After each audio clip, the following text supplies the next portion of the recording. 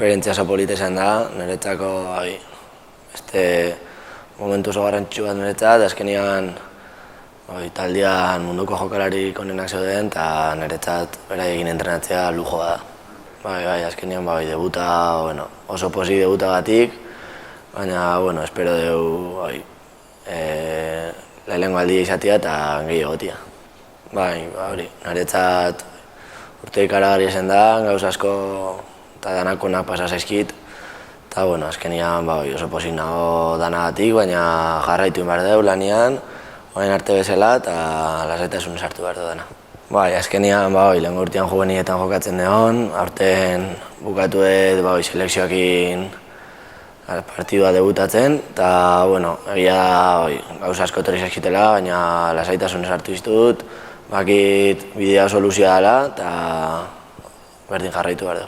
Egia da azkenean gauza asko pasa zaizkitela, dana onak izan diala, eta horregatik oso pozik nago eta ondo hartzea beti, baina lasaitasunez hartu behar dira. Esan dizuen bezala, azkenean egun bate gauza onak, beste egun baten kritika bihurtzea, orduan hankak lurren eukin baritu eta lasai egon.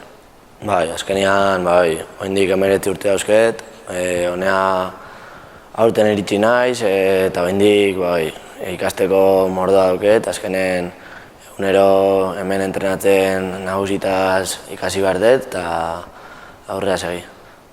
Azkenean pertsonalki ere urte batetik bestea gauza pila aldatu zaizkit eta hemen egunero jentiakin egotetik asko ikasi dut eta hendik behaietaz gauza asko dauzket ikasteko.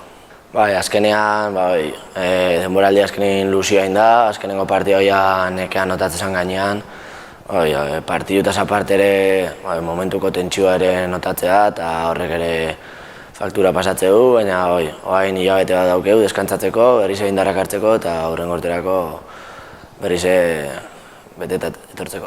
Orain deskantza egin behar dugu, horretan zentratu gara eta gero gogoa eta ilusioa ez dira inoiz faltako eta berriz etorri behar gara gure bakoitzak dana emateko eta hurrengo urtea danontzako polita izateko.